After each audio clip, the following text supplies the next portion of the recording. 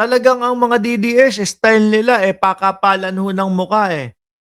Si Rodante Marcoleta, o maisingit ko si Boss 2K, si Boy 2K, 'no, na nangako ng 2,000 pababa na kuryente, libre. Hanggang ngayon wala pa din.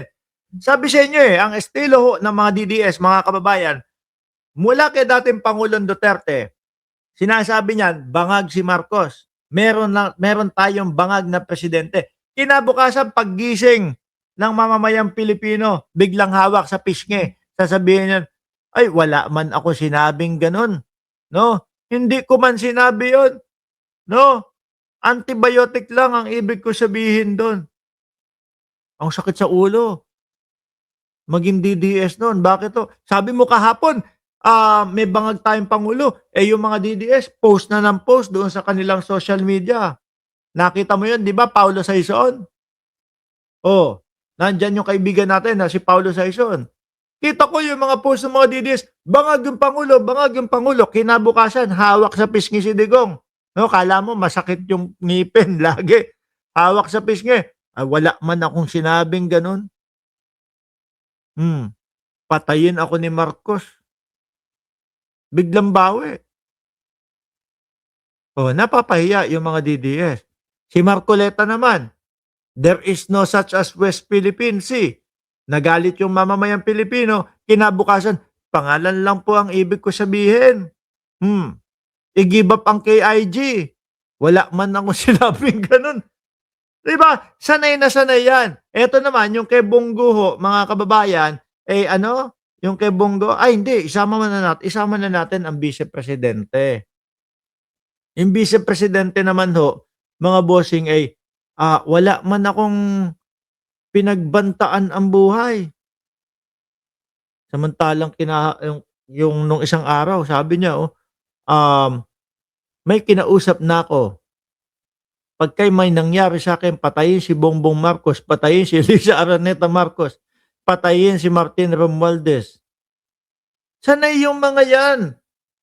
No, nang bawian. Ang akala nila, bobo yung mga Pilipino na, sinabi ko yun, wala namang naka-record ng ganyan. At para po, maging ganito ka, kailangan mo ng tapang ng apog o kakapalan ng muka. Ang hirap po nun. Ako ho, kapag yung alam ko na sinabi ko kahapon at kailangan at mali ako, kailangan ko magpaliwanag at humingi ng paumanhin sa inyo. Tatanggapin natin. Pero sila, hindi. Kapag narinig nila o na-realize nila, naku, nagagalit yung tao sa akin. Sasabihin nila, hindi ko sinabi yun. Di ba? Di ba? Eto si Bongo. Ano sabi niya? Na hindi okay yung reward, yung walang reward. Sandali, basahin ko muna si Paulo Saison. Pati nga, pagkukubeta niya, kasama siya. Kahit sa sementeryo, andun din siya. Tagatikim ng pagkain ni Digong. Kung may lason, ano ba yan? Ang title, Executive Assistant. In short, alalay. Ang sinasabi niya nga dito, yung mga reward daw. Kumbaga, hindi niya gusto yon. Na may mga reward system. Nasa trust. Nautusan ako ng illegal. At hindi rin po ako papayag na may mga reward system. Oo, hindi papayag na may mga reward system. Sige nga, Bongo, ano yung 2019 na sa'yo, na interview sa'yo? Importante po, si Pangulo ang magsasabi. Sabi niya, karapatan po ng Pilipino malaman kung sino yung mga Ninja Cup. Nabanggit rin po niya, nandyan po rin po yung reward na kanyang sinabi noon. Ayan. Alam na alam mo, Boss Bongo eh. Di ba? Alam na alam ni Boss Bongo eh. Ano yung reward? Reward na kanyang sinabi noon, 1 million po sa mga Ninja Cups. Patay. No? Pag buhay, kalahating milyon lang po. Kalahating milyon pag buhay. Pag lumaban, 2 million. Milyon. Meron, boss eh. Di ba?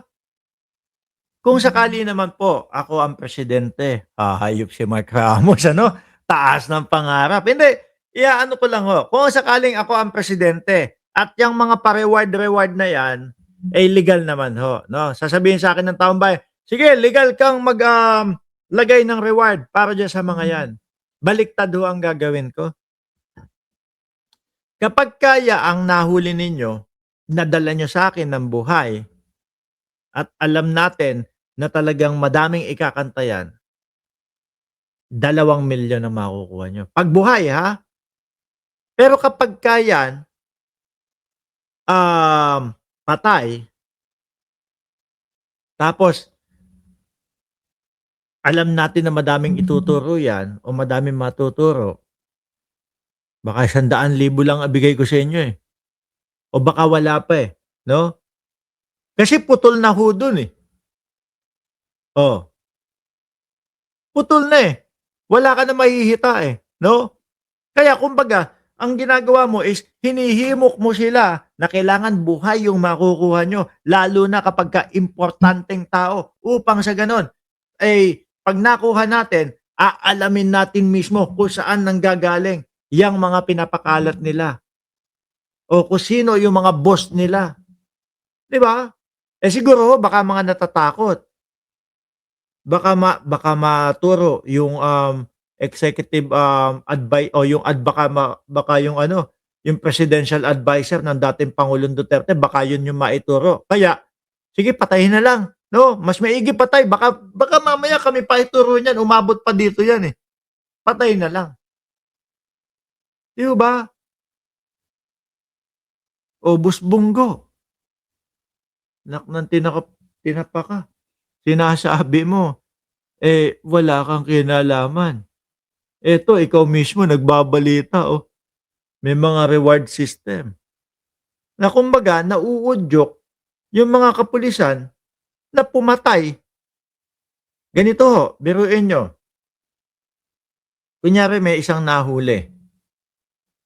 Yung nahuli na ho yun mga kababayan, eh, kumbaga nahuli, 'di ba?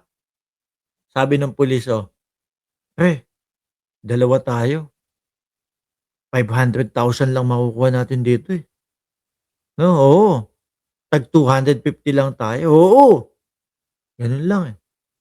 Pre, gawin na lang kaya natin pahawakin natin ng baril 'to. Pahawakin natin ng ano, tapos, sabihin natin, eh, "Sige, bibigyan ka namin ng tyansa, hawakan mo 'to." Pero wala naman palang ano 'no, walang walang bala. Oh, mauna matibay sa'tin o mauna sa'tin, ha. Oh, tapos niyari nila. Ngayon ibabalita nila, "Boss ng laban, 2,000,000."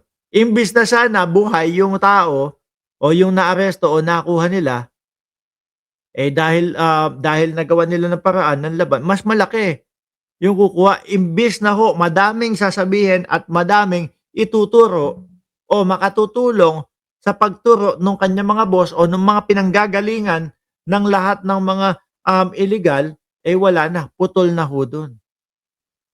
'Di ba sabi ni Sonny, Reyes, oh, sabi rin ni Satanas, "Ako bahala, sagot kita." Gano'n po ba kay dating pangulo? Kaya pala minumura ang Panginoon, ano? Sir Archie Beroya, oh, shout out sa inyo. Kaya pala